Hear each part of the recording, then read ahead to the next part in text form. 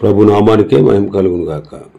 కూడి వచ్చిన మీ అందరికీ కర్మల ఆత్మీయ సహవాస సంఘ విశ్వాసులందరికీ మన ప్రభువును ఆయన ప్రియ కుమారుడునైన యేసుక్రీస్తు వారి శ్రేష్టమైన నామలో శుభములు మరియు అందరికీ వందనాలు. యెషయా గ్రంథం 66వ అధ్యాయాన్ని మనం ధ్యానం చేసుకుంటాం. యెషయా గ్రంథం 66వ అధ్యాయం. ఇందులో ముఖ్యాంశం ఏంటంటే దేవుడు ఇశ్రాయేలీయులైన తన ప్రజలకు ఇచ్చిన వాగ్దానములు నెరవేర్చుట. దేవుడు ఇశ్రాయేలీయులైన తన ప్రజలకు ఇచ్చిన వాగ్దానములు నెరవేర్చుట. 1 నుంచి 6 వచనాల వరకు యెరూషలేము యొక్క ప్రస్తుత పరిస్థితులు, అంటే యెషయా కాలంలో యెరూషలేము పరిస్థితులు ఎలా ఉన్నాయో వాటి గురించి మనం ధ్యానం చేస్తూ వస్తున్నాం. వారు హస్తకృతమైన ఆలయాన్ని ఎక్కువగా ప్రేమిస్తున్నారు, దేవుడి కంటే కూడా. ఆలయం గొప్పదా? ఆలయంలో ఉన్న దేవుడు గొప్పవాడా?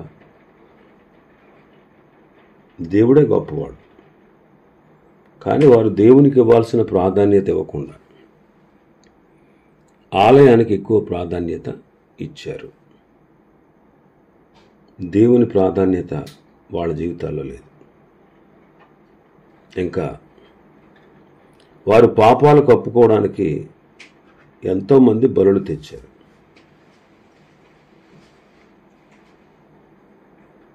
ఆనాడు నరహత్యలు చేస్తూ అపవిత్రంగా జీవిస్తూ వారు దేవునికి బలులు అర్పిస్తూ ఉంటే దేవుడు వారి బలులు అంగీకరించలేదు. వారి జీవితాలు, వారి అర్పణలు ఆయన ఇష్టపడలేదు. ఇంకా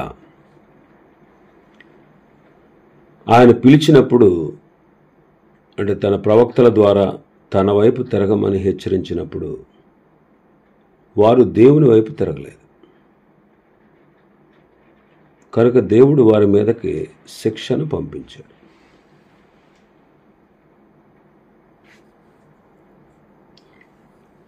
ఐదు 6 వచనాల్లో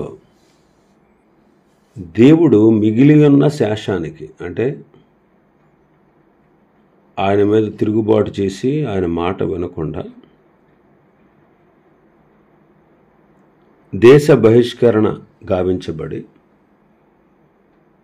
అనేక మంది మరణానికి గురై ఉన్నటువంటి వారు, వాళ్ళు చనిపోగా మిగిలినటువంటి, అంటే ఆయన యందు భయభక్తులు కలిగిన శేషం,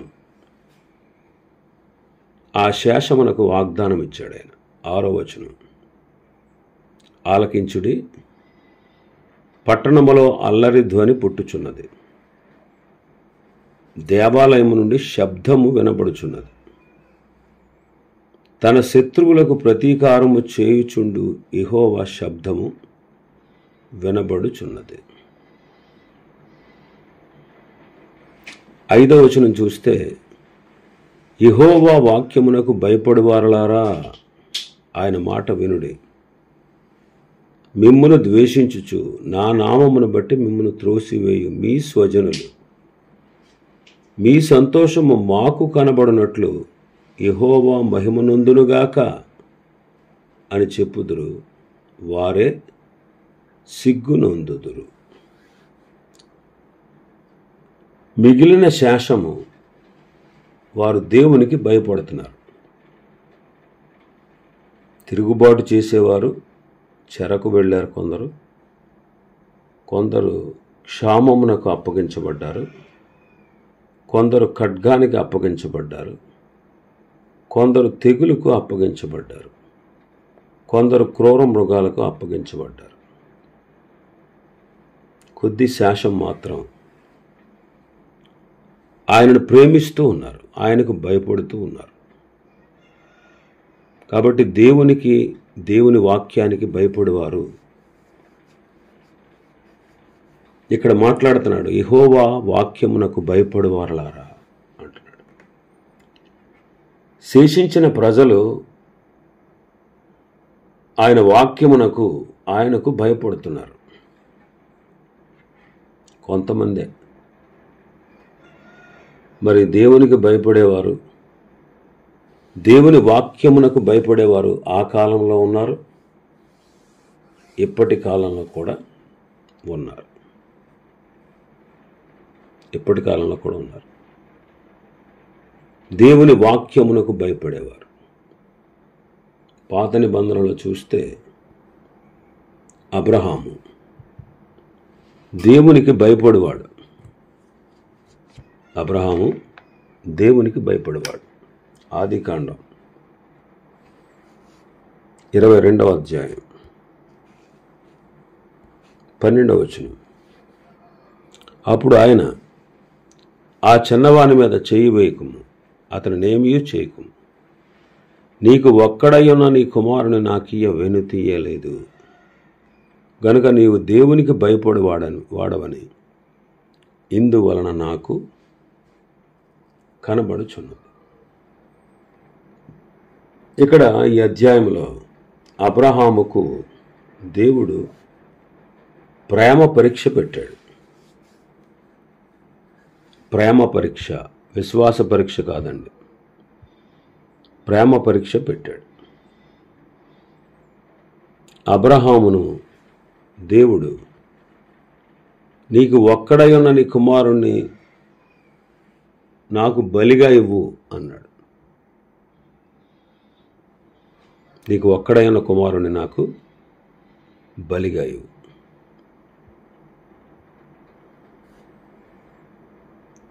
ఇది విశ్వాస పరీక్ష కాదు, ప్రేమ పరీక్ష. ప్రభువు ఆజ్ఞాపించాడు. ఏమన్నాడు? ఇదిగో అబ్రహాము, నీకొక పరీక్ష పెడతాను, చేస్తావా అని అడగల. అడిగితే ఆయన ప్రభువే కాదు. అలా అడిగితే ఆయన ప్రభువు కాదు. ప్రభు అంటే పరిపాలించేవాడు, అన్నిటి మీద అధికారం కలిగినవాడు, ఎవరి మీద దేని మీద ఆధారపడినవాడు. ఆజ్ఞాపించాడంతే, ఇవ్వు అన్నాడు. నీకు ఒక్కడైనా నీ కుమారుని, నువ్వు అతిగా ప్రేమించే నీ కుమారుని ఇస్సాకుని తీసుకుని మోరియా దేశానికి వెళ్ళి అక్కడ నేను నీతో చెప్పబో పర్వతంలో ఒకదాని మీద దహన బలిగా అర్పించు అన్నాడు. ప్రభు అలాగే ఉంటాడు, ఆజ్ఞాపిస్తాడు. ఇప్పుడు అబ్రహాముకి ప్రేమ పరీక్ష. దేవుడు అబ్రహాము అందరికన్నా అన్నిటికన్నా దేవుని ప్రేమిస్తున్నాడా లేదా అనేదే ఈ పరీక్ష.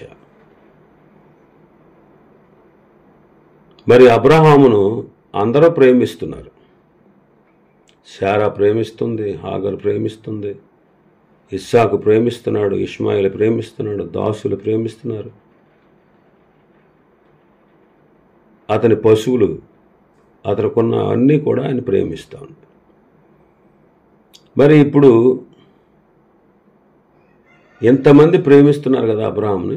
మరి అబ్రహాముని అందరికంటే అన్నిటికంటే ఎక్కువగా ప్రేమిస్తున్నది ఎవరు? దేవుడే. ఈనాడు మనల్ని కూడా ప్రేమిస్తున్నది ఆయన. మరి ఇప్పుడు అబ్రహాం ఏం చేయాలి?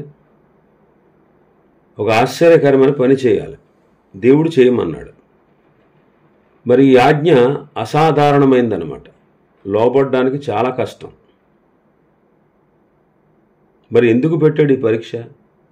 నిజంగా బలి తీసుకోవడానికి పెట్టాడా? కాదు. అబ్రహాము దేవుణ్ణి ఎంతగా ప్రేమిస్తున్నాడో, దేవుని మాటకు ఎలా భయపడుతున్నాడో అది తెలియాలి. మరి దేవుడికి తెలియదా? దేవుడికి అన్నీ తెలుసు కదా. అవును, దేవునికి సమస్తం తెలుసు. మరి ఎందుకు ఇలా పెట్టాలి అంటే ఆ విషయం సాతానుకి అడిగి తెలియాలి. అబ్రహాము దేవునికి భయపడేవాడు, దేవుని మాట ప్రకారంగా చెప్పింది చెప్పినట్టుగా చెయ్యగలడు అని ఆ సంగతి దేవుడికి తెలుసు. అది అబ్రహాముకు తెలియాలి మొదట. తర్వాత సాతానుకు తెలియాలి, ఆ తర్వాత విశ్వాసులైన మనకు కూడా తెలియాలి. అందుకే ఈ ప్రేమ పరీక్ష. మరి ఇప్పుడు అబ్రహాము అందరికన్నా దేవుణ్ణి ఎక్కువ ప్రేమిస్తున్నాడని మనకు ఎలా తెలుస్తుంది? ఏం పెడితే తెలుస్తుంది? పరీక్ష పెట్టాలి. ఇప్పుడు 2000 సంవత్సరాలైంది అప్పటికి, ఆదాం పతనమై నుంచి అబ్రహాం వరకు. ఈ 2000 సంవత్సరాల చరిత్రలో అబ్రహాము లాంటి వాడు ఎవడో లేడు అని సాతానికి, లోకానికి తెలియాలి. సాతాను ఏమంటున్నాడంటే, నువ్వే ప్రేమిస్తున్నావు, నువ్వే కృప చూపిస్తున్నావు, నువ్వే జాలి చూపిస్తున్నావు, ఆదాం పతనమైంది మొదలుకొని ఇప్పటి వరకు నీవే అందరి మీద ప్రేమ, కృప, జాలి, దయ చూపిస్తున్నావు. మరి ఒక్కడన్నా నిన్ను తిరిగి ప్రేమించాడా అని ప్రశ్నిస్తున్నాడు. కాబట్టి వాడికి తెలియాలి. కాబట్టి దేవుడు అబ్రహామును పిలిచి నీ కుమారుని బలిగా ఇమ్మని అన్నాడు. మరి ఇస్సాకు ఎవరు? వాడు అబ్రహాముకు చెందినవాడు, అబ్రహాం కుమారుడు అని మనం అనుకోవచ్చు, ఎందుకంటే అబ్రహాం కుమారుడు కాబట్టి. మరి ఇస్సాకు ప్రాణం ఇచ్చింది ఎవరు? అబ్రహాము శారాలకు ఇస్సాకునిచ్చింది ఎవరు? దేవుడే ఇచ్చాడు. అందుచేత ఇస్సాకు ఎవరు చెందినవాడు? దేవునికి చెందినవాడు. మరి దేవుడు అబ్రహాముతో ఏం చెప్పాడు? నీ సంతానం. దేవుడు అబ్రహాముతో చెబుతున్నాడు,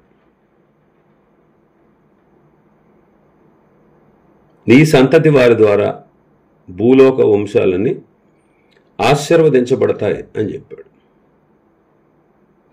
ఆశీర్వదించబడతాయని చెప్పాడు.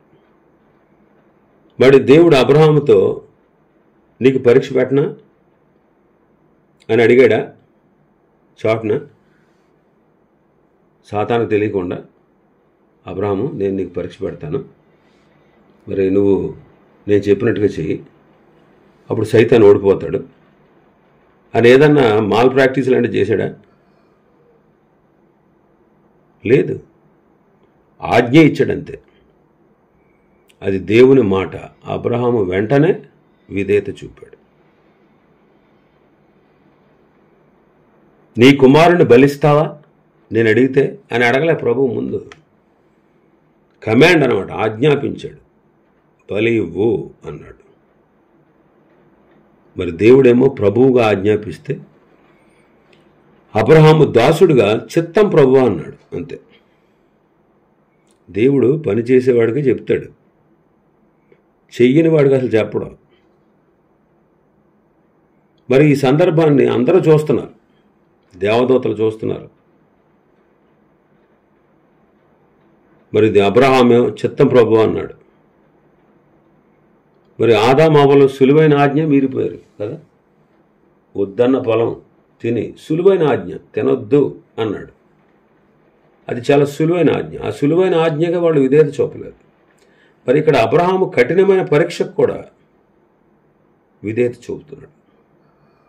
అబ్రహాము ఆలోచించాడు, ఏంటి దేవుడు ఇస్సాకును బలిమ్మంటున్నాడు?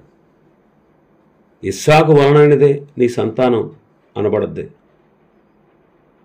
నీ సంతానాన్ని ఇసుక రేణువులంత విస్తారంగా, ఆకాశ నక్షత్రాలంత విస్తారంగా చేస్తానన్నాడు.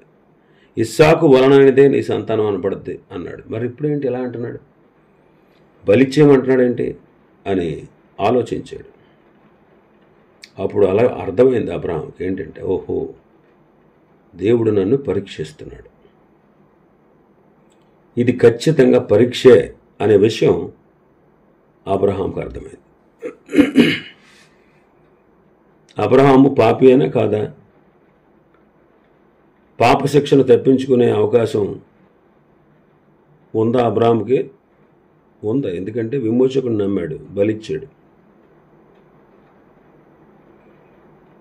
ఇప్పుడు కుమారుని బలిమ్మంటే వెనుకడుగు వేయకుండా బయలుదేరాడు. మరి నేనైతే ఏం చెప్తానంటే, మరి ప్రభువా శారా ఉంది కదా, శారాతో చెప్పాలి కదా, మరి శారా ఏమంటుందో అడిగి చెప్తాను అందులో నేనైతే. మరి ఇప్పుడు పరీక్ష శారాకా అబ్రహాముకా? ఇప్పుడు నా భార్యకి చెప్పి వస్తానంటే అబ్రహాము దాసుడే కాదు, దేవుడు యజమానుడే కాదు.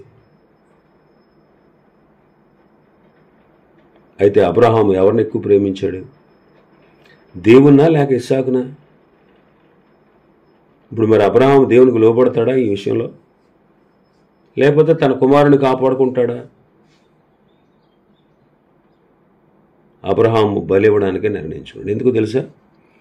నేను నా కుమారుణ్ణి బలి చేసిన తిరిగి బ్రతికిస్తాడు. 3 రోజుల తర్వాత బలి ఇవ్వాలండి. ఇది పరీక్ష. మరి దేవుని కొరకు పనిచేయాలని పని చేస్తాడా లేదో అబ్రహాము, ఇది ఒక పరీక్ష అన్నమాట. దేవుని తల ఎత్తేలాగా, సాతాను తల దించుకునేలాగా చేయాలని అబ్రహాము నిర్ణయించుకున్నాడు. ఏమైనా సరే నా దేవుడు గెలవాలి, సాతాను తల దించుకోవాలి.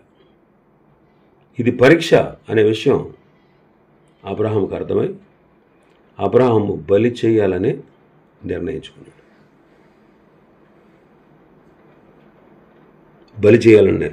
అందుకే తన కుమారుని తీసుకుని బయలుదేరి వెళ్ళాడు. అబ్రహాము విధేయుడై ఇస్సాకును బలి ఇచ్చాడు. మరి అబ్రహాము ఇస్సాకును బలి చేస్తే దేవుడికి అబ్రహాముకి ఇచ్చిన వాగ్దానం ఎలా నెరవేరుతుంది? ఇస్సాకు మరణిస్తాడు. మరి ఇస్సాకు మరణిస్తే ఇక వేరే గతి ఏమైనా ఉందా? విమోచకుడు ఇస్సాకు సంతతిలోంచే రావాలి కదా. మరి దేవుడు తన మనసు మార్చుకుంటాడా?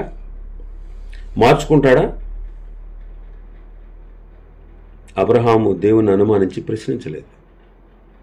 ఈ ప్రశ్నలన్నీ అబ్రహాములో ఉన్నా అనుమానంతో ప్రభువుని ప్రశ్నించలేదు.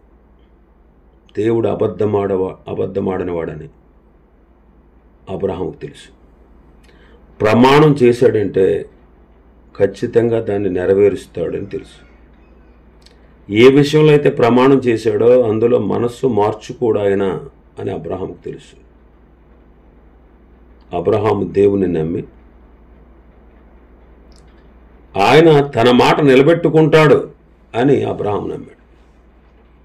మరి దేవుడు ఈనాటి దినాల్లో ఆనాటి దినాల్లో ప్రమాణం చేసి దాన్ని నిలుపుకోలేని మానవుల వంటి వాడు కాదు ఆయన. జనులు వాగ్దానాలు చేస్తారు కానీ వాటిని నిలుపుకోలేరు.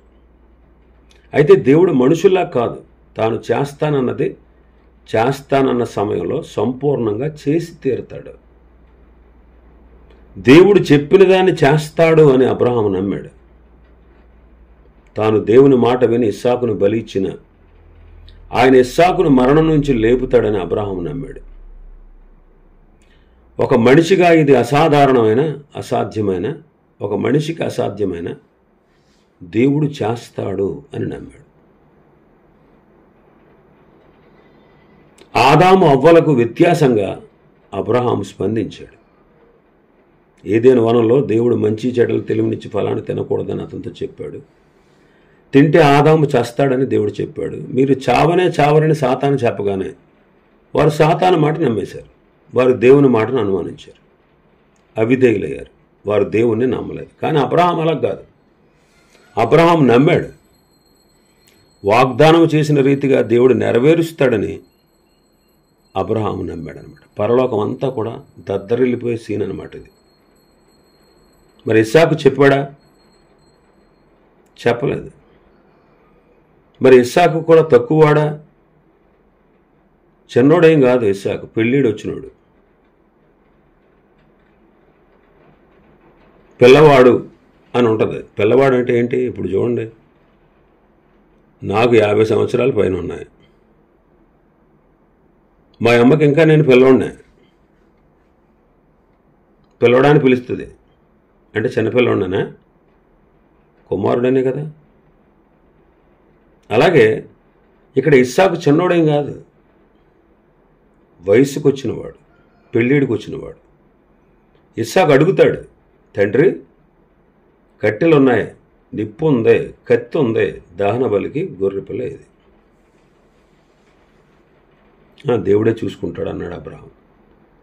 ఇస్సాకు కూడా అర్థమైపోయిందండి, ఓహో దహన బలికి గొర్రెపిల్ల లేదంటే ఒకవేళ నేనేనేమో, అయితే ఏంటి, నేను కూడా బలైపోవడానికి సిద్ధమే అన్నట్టున్నాడు. చూడండి, అబ్రహాముకి తండ్రి అయిన దేవుని మనసు, ఇస్సాకుది కుమారుడైన యేసుక్రీస్తు మనసు. తండ్రి అయిన దేవుడేమో కుమారుడిని బలిద్దామని అనుకుంటే, కుమారుడైనటువంటి దేవుడు నేను బలైపోవడానికి సిద్ధంగా ఉన్నాను అన్నట్టుంది వీళ్ళిద్దరు గొడవ. ఆ రాత్రి చెప్పాడు, తెల్లవారే బయలుదేరాడు అబ్రహాం. పనివారిని కొండ కింద ఉంచాడు, వీళ్ళిద్దరే కొండ పదికి వెళ్ళారు. ఎందుకంటే పనివారు అక్కడికి వస్తే ఓవర్ యాక్షన్ చేస్తారు, అందుకే వాళ్ళని వద్దన్నాడు. మరి లేకపోతే పనివాళ్ళతో, ఒరే దేవుడు నా కొడుకుని బలిమ్మన్నాడు రా ఈ కొండ మీద, నేను నా కొడుకు వెళ్తాను, మీరు కూడా రండిరా, మీరు కూడా వచ్చి నేను బలిచ్చే టయానికి, ఏంటి సార్ ఏంటి ఇలా చేస్తున్నారేంటి అని చెప్పి అడ్డుపడి ఆపేయండిరా అని చెప్పాడు అబ్రహాము.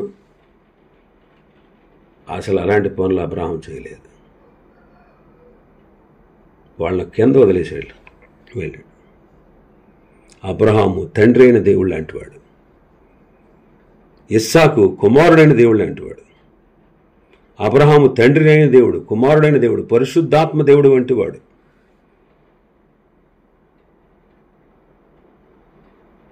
తన కుమారుని బలి ఇవ్వడంలో దేవుడు లాంటివాడు. ఇస్సాకు కట్టెలు మోస్తున్నాడు, ఇక్కడ దేవుడే చూసుకున్ను అని నమ్మకంతో చెప్పాడు. దేవుడే చూసుకున్నాడు కాబట్టి ఎంత గొప్పవాడు చూడండి అబ్రహాం. ఇస్సాకుకి అబ్రహాముకి పరీక్ష అని అర్థమైంది, ఇస్సాకుకు కూడా పరీక్ష అని అర్థమైంది. వాళ్ళిద్దరు ఎవరండి? దేవుని ప్రేమించేవాళ్ళు, దేవుని ప్రేమించేవాళ్ళు. అబ్రహాముకు ఎంత కష్టమైన పని చెప్పండి. అబ్రహాముకు చెప్పింది నమ్మడమే కాదు, రక్షణ కొరకు నమ్మడమే కాదు, త్యాగం చేయమన్నా సరే దేవుని నమ్ముతున్నాడు. అతి కష్టమైన ఆజ్ఞకు కూడా విధేయత చూపుతున్నాడు. అందరికంటే అన్నిటికంటే ఎక్కువగా దేవుని ప్రేమిస్తున్నాడు, ఆయనకి విధేయత చూపుతున్నాడు. మనకలాగా రక్షణ కొరకు నమ్మి ఊరుకునే బ్యాచ్ కదా అబ్రహాం. వెంబడించుటలో, ఏదైనా చేయుటలో, త్యాగం చేయుటలో అబ్రహాము దేవుని నమ్మాడు. అబ్రహాము దేవుని నమ్మాడు. దేవుని వాక్యం ఊరకనే ఉంటే అది మనకు ప్రయోజనం కాదండి. దేవుని మాటలు మీరు వింటే సరిపోదు, మనం వింటే సరిపోదు. దేవుని మాటలు వినాలి, మన హృదయంలో అంగీకరించాలి, వాటిని నమ్మాలి. నమ్మాలంటే వాక్య ప్రకారంగా ప్రవర్తించాలి. దేవుని మాటలు మనం కేవలం నమ్మి ఊరుకున్నట్లయితే, విని నమ్మకపోతే దేవుని అబద్ధికుడిగా చేస్తాం.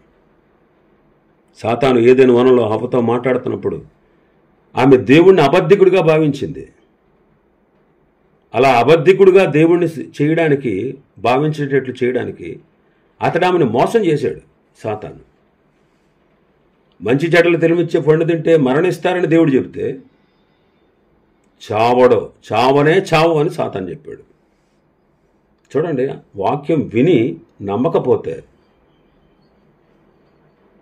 మనం దేవుని అబద్ధికుల్ని చేస్తాం. కానీ అబ్రహాం అలా కాదండి, దేవుని మాట విన్నాడు, నమ్మాడు. ఇప్పుడు ఇస్సాకు తప్పించుకునే మార్గం ఉందా? లేదు.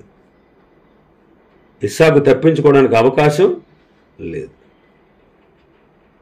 ఇప్పుడు తప్పించుకునే మార్గం దేవుడు ఇవ్వకపోతే అతడు శిక్ష నుంచి తప్పించుకోలేడు, మరల మనమే రక్షించుకోలేమండి. ఆ రీతిగా అబ్రహాము ఇస్సాకును బలివ్వబోతే దేవుడే తన దూత ద్వారా అబ్రహాం ఆగు అన్నాడు. పరలోకం అంతా కూడా పిన్ డ్రాప్ సైలెన్స్ అనమాట. అప్పుడు అందరూ కూడా, దేవదూతలందరూ కూడా, ఎంత గొప్పవాడు నాయన, 2000 సంవత్సరాల నుంచి నువ్వు మానవుల్ని ప్రేమించడమే కాదు, ఇదిగో ఇప్పటి కాలంలో నిన్ను ప్రేమించే గొప్ప గొప్ప వ్యక్తి, ఆ వ్యక్తిని నువ్వు కలిగి ఉన్నావు అని ప్రభుని స్తుతించారు. సాతానుకు మతిపోయింది. ఇదేంట్రా నాయన, దేవుడు చెప్పినట్టుగా చేసి ఇంతగా దేవుణ్ణి ప్రేమించి విధేయుడయ్యేవాడు, నమ్మినవాడు ఉన్నాడురా బాబు, ఇలాగ అనేక మంది రాబోతారు వచ్చే కాలంలో అని చెప్పి వాడికి సౌండ్ మాడిపోయింది. ప్రభు స్టేట్మెంట్ ఇచ్చాడు అక్కడ, నీవు దేవునికి భయపడేవాడు. ఈ 5వ వచనంలో మనం అదే చదువుతున్నామండి. యెషయా గ్రంథం 66వ అధ్యాయం 5వ వచనంలో, యెహోవా వాక్యమునకు భయపడేవారులారా ఆయన మాట వినండి. యెహోవా వాక్యమునకు భయపడేవారులారా. మరి మనం భయపడుతున్నామండి దేవునికి, దేవుని వాక్యానికి? నమ్మి విని నమ్మకుండా ఉంటున్నావా వాక్యం? లేకపోతే విని నమ్మి పాటించి వెంబడిస్తున్నావా? అబ్రహాము ఎంత దేవుని ఎడల ఎంత భయము కలిగిన వాడో, దేవుని ఎడల ఎంత ప్రేమ కలిగిన వాడు. అబ్రహాము లాంటి ఒక్కడుంటే చాలండి మన ఊరికి, మన సంఘాల్లో ఒక్కడున్నా చాలు. అబ్రహాము లాంటివాడు,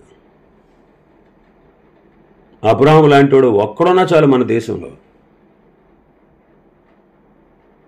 అందుకే తరచుగా బైబిల్లో చదువుతాం, రే మిమ్మల్ని బట్టి కాదురా, అబ్రహామును బట్టి మిమ్మల్ని వదిలేస్తున్నాను, అబ్రహాముకి ఇచ్చిన వాగ్దానాన్ని బట్టి నేను మిమ్మల్ని జ్ఞాపకం చేసుకున్నాను. ఎన్నోసార్లు ఆ మాట మనం బైబిల్లో రిపీటెడ్గా చూస్తాం. కాబట్టి మనం దేవునికి భయపడాలండి. దేవునికి భయపడాలంటే ఆయన మాట వినాలి. విని ఊరుకోవడం కాదు, విని నమ్మాలి, నమ్మి పాటించాలి. అది ఎంత క్లిష్టమైనదైనా, కష్టమైనదైనా, సులువైనదైనా, భారమైనదైనా దేవుని వాక్యానికి భయపడాలి. దేవుని వాక్యానికి భయపడాలి. అలా దేవుని వాక్యానికి భయపడదామండి. ఇంకా చాలా విషయాలు ఉన్నాయి అధ్యాయంలో. ప్రభు చిత్తమైతే అప్పుడు దినం మరికొన్ని విషయాలు ధ్యానం చేసుకుందాం. దేవుడి వర్తమాన వాక్యాన్ని మన వినికిడిలో ఆశీర్వదించునుగాక. ఆమేన్.